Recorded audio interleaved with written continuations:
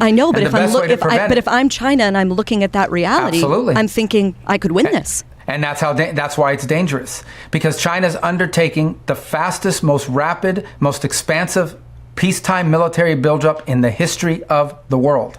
Not in modern history, in the history of the world. We don't have a shipbuilding industry. We have some shipbuilding in the United States, but not nearly at the scale the Chinese do. It's not just that we're not spending the money on it, it's we don't have the ability to do it. Well, the only reason why the U.S. would ever be in decline is if we made bad decisions and continued to allow them to perpetuate.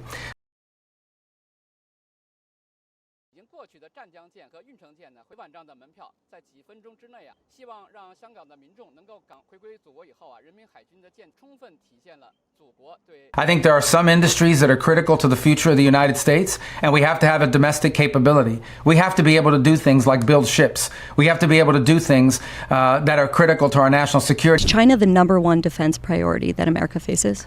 I think China is the number one challenge on every front that I can imagine. Geopolitically, national security, economically, industrially. And look, the president says this all the time, and I agree.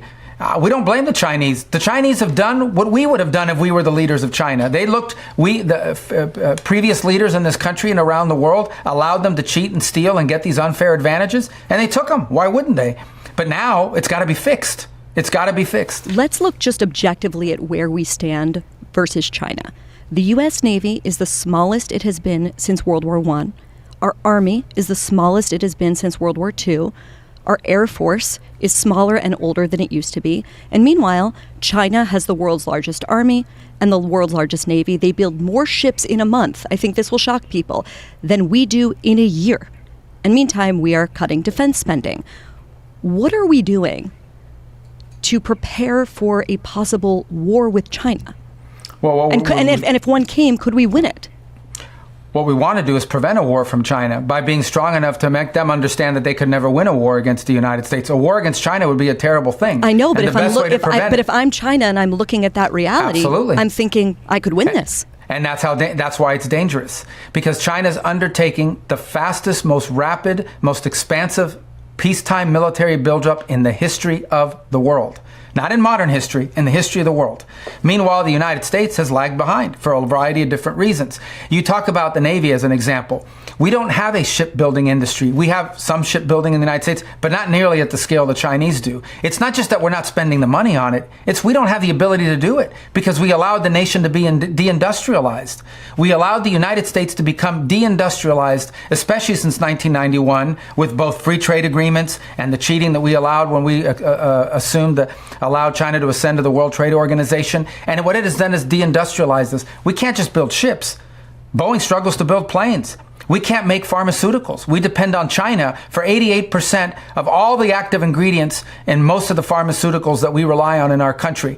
You can go down issue after issue after issue, and you can see that it's not just that we're not spending money on it, it's that we can't do it because the industries that would produce it domestically are long gone. They were outsourced. They were sent somewhere else, not just to China, but other places, but primarily to China. That's dangerous. It cannot continue. And I think some people are feeling that the U.S. has almost accepted a declinist position, and we're now in a kind of managed decline.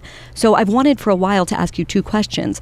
Are we in decline, and is the role of our leadership to manage it as best as they can? And the second is, what comes next? What is the new global order going to look like? And what are some of the parameters of the American position inside of it? Well, the only reason why the U.S. would ever be in decline is if we made bad decisions and continued to allow them to perpetuate.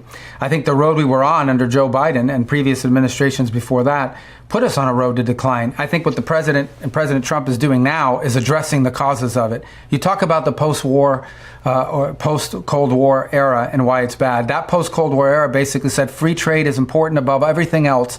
We've now recognized that there are industries critical to a country and its national security and national interests that you have to be able to have domestically. You can't rely on foreign sources for. And that's why we're addressing that in the trade space. I think we realize that mass migration is not something that we can just tolerate. It undermines your country, it undermines your security, and that had to be addressed. I think you look at our alliances around the world, and I get it. You're a country that has this vast social safety network, that you have high taxes to pay for, and you're spending very little on your national security because America's got your back. That can't be sustained. We can't continue to engage in that way. That has to be corrected. We've talked about NATO a moment ago. You think about all these conflicts going on in the world. We have to prioritize them. I think if we become a country that spreads itself too thin, that basically is trying to go 100% all in on 5 major conflicts around the planet, you begin to exhaust, overreach, and overextend yourself, even for the most powerful country in the world. So I think we're beginning to address all of these challenges that could lead to American decline, not because somebody else, but because of the things we failed to do. And that includes rebuild our industrial capabilities here at home. One final point I would make is we are entering an era in which our foreign policy has to be more focused, more pragmatic, and more balanced. And that is that if we have to clearly define what is our national interest, remember what the issue is, and then we have to pursue that. And that means balancing things that in the past weren't balanced. In the past, it was democracy promotion at any cost, or human rights promotion at any cost. We're not abandoning democracy. We're not abandoning human rights. We're just saying that has to be part of the overall analysis when we decide where to spend our time and what to spend our money on.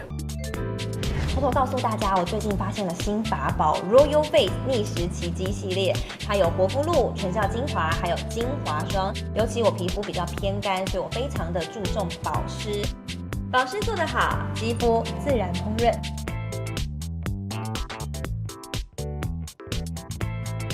提亮肤色更年轻，抚平皱纹超有感，而且气色变好。用心保养，每天都更美一点。